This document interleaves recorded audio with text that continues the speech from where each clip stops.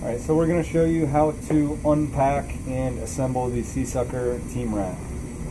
Very first step, the top portion is actually the rear of the rack. The bottom that the sign is attached to is the front of the rack. So very first step, we're going to undo these clamps with a drill.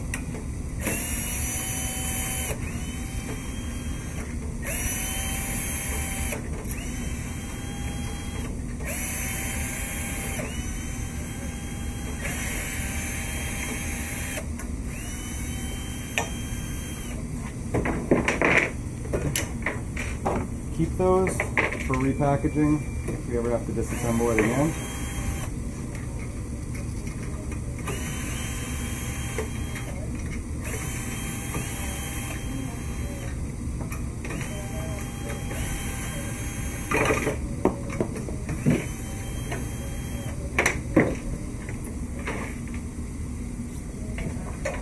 And this portion is actually mounted upside down at the moment, so we're going to bring it back. We're actually going to flip it over.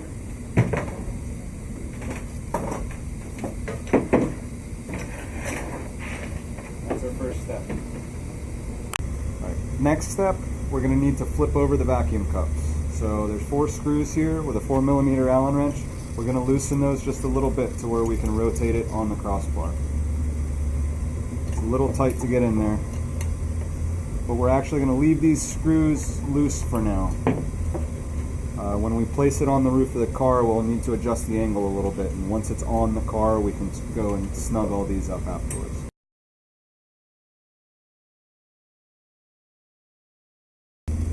Okay, the next step, we're going to have to remove the screws from the joint that joins the 2 halves of the rack together. We pre-install the screws just to make sure they don't get lost. Again, this is a 4mm Allen wrench. We remove the screws.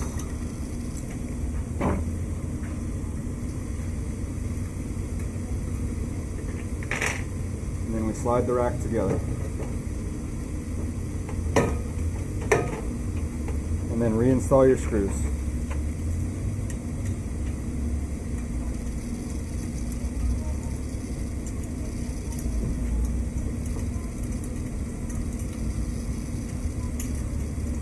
You'll go ahead and tighten these all the way right now.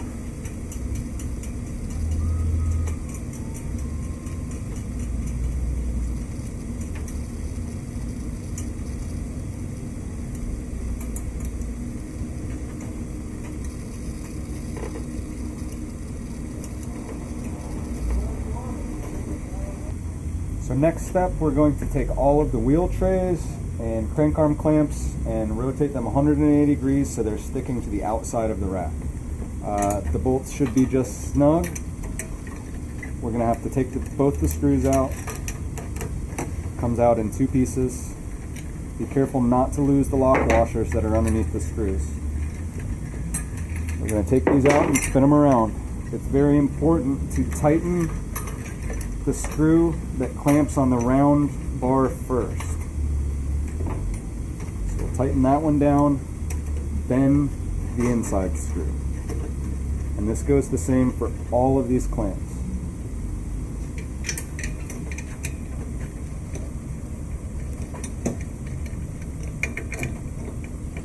You will be provided with a drawing that gives rough dimensions on where to place these as a good starting point.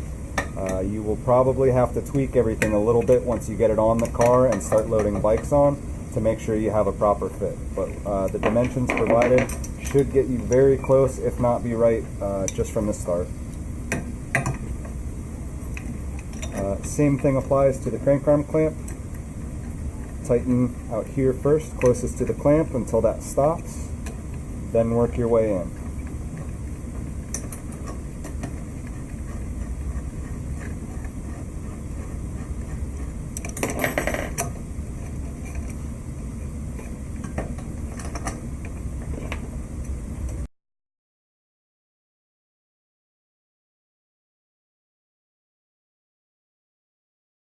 Next step, we're going to take this wheel tray and we're going to clamp it over the disconnecting joint where the 2 halves of the rack come together. You'll probably have to slide the center crossbar just a couple inches forward to make room. You'll slide this wheel tray over the joint. Be careful to tighten evenly on the top and bottom so the split in between the two pieces is parallel, just like the stem cap on a bicycle.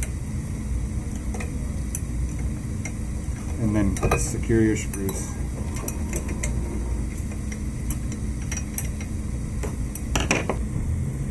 Once you have your wheel tray clamped over the joint, you're going to retighten the bolts on the crossbar. Again, tighten around the crossbar first, outside second.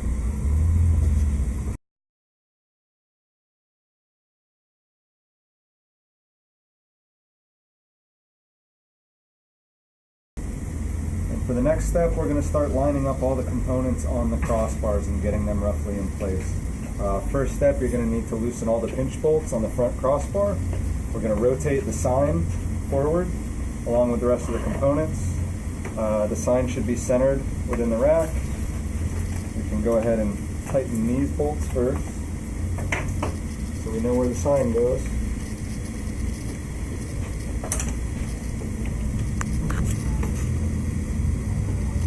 Next, we're going to move the fork mounts almost all the way to the outside, but they will stay within the brackets that hold the sign. And we can tighten those up. These you will have to probably readjust a little bit fore and aft and possibly side to side once you start putting bikes on it. So snug the bolts, but you may not want to tighten them all the way yet. Next, we're going to start adjusting the wheel trays that are on the center crossbar. These are likely to move once you start getting your bikes on the fork mounts. The two very outside wheel trays go to the two rear fork mounted bikes. The three center wheel trays go to the three fork mounted bikes that are on the front of the car. Once they're loose, rotate them around. The split in the clamp is just about vertical. Again, you'll probably only want to snug them up because you're likely to move them again. The outside ones go about 100 millimeters from the edge of the crossbar. Next, we'll slide our additional support cups over a little closer.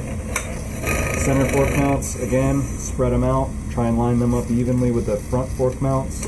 And again, snug them up with the split in the clamp vertical.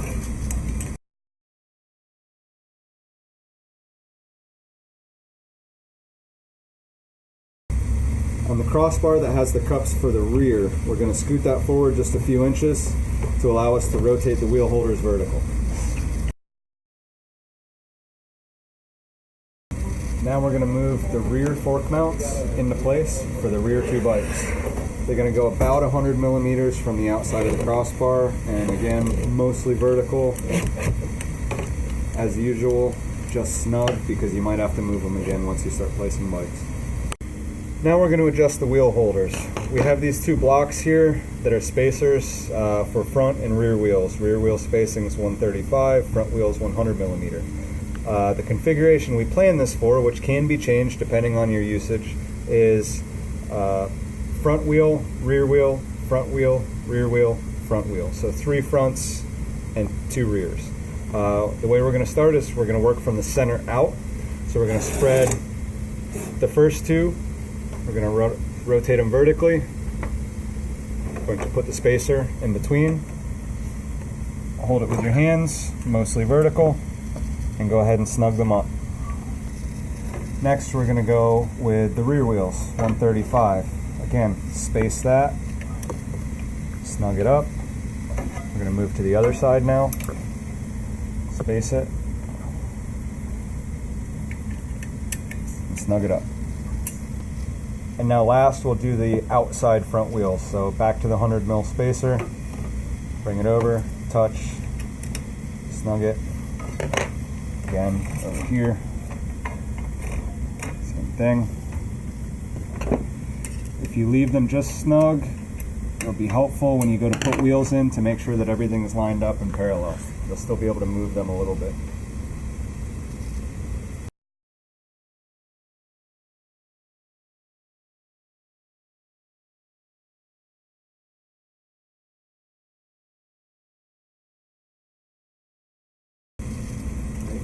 Now, as we're coming to the end, we're going to start adjusting all the wheel trays and crank arm clamps to the positions that we have indicated on the directions. Again, this is just a good starting point.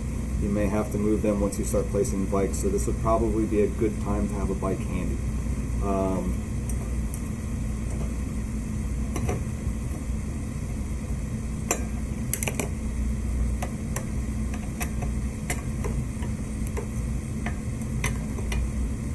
These wheel trays actually go on an angle slightly to help capture the wheels a little better.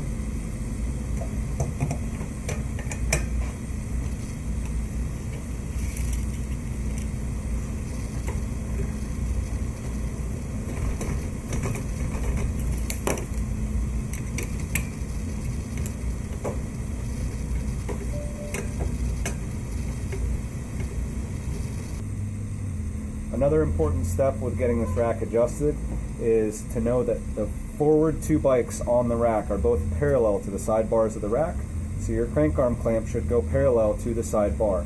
Now, whereas the rear bikes are actually on an angle, the front wheel of the rear bike goes on the inside of the rear wheel of the front bike. So you will have to adjust the angle of this crank arm clamp to match the angle of the bike. There are 3 screws on the bottom of the crank arm clamp. Once you find the proper angle, go ahead and snug them up.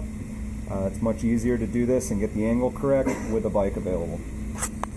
And same for the rear wheel tray. This also does go on an angle. It's adjusted with an 8mm Allen wrench. Again, needs to match the angle of the bike and allow the rear wheel to drop in when it's clamped. Now we're almost ready to put the rack on the car. It's always a good thing to remember that we want to put the vacuum cups always to the furthest perimeter of the roof we can. That's where the roof is the strongest. That's where you're going to get the most strength. So slide these as far to the edge as possible, still being able to attach them to the solid surface of the roof.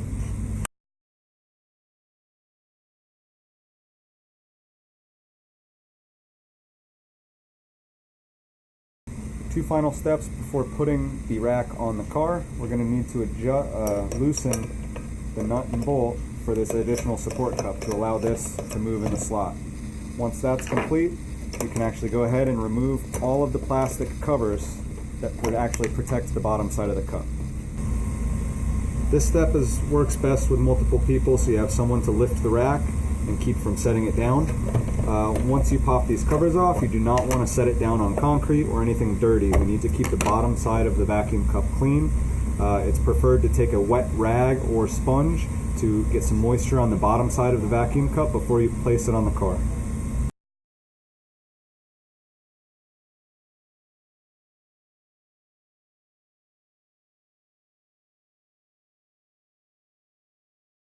Alright, now when the rack is on the roof, we're going to move the cups to the very furthest edges of the car. So lift up just a little bit, all the way to the edge, face the pump towards the rear, and pump until the plunger stops coming back out.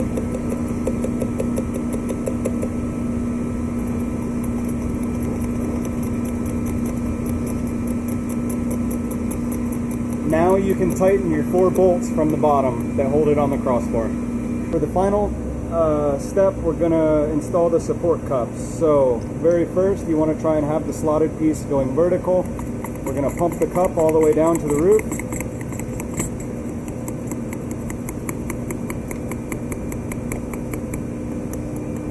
Once the cup is finally pumped down, we're going to tighten up the bolt that goes through the adjusting slot, and then tighten the pinch bolts that secure it to the crossbar.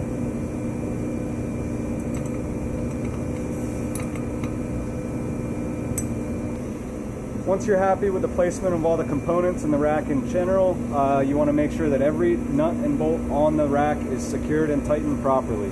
There are lots of screws, so you must go through and make sure that they're all tight.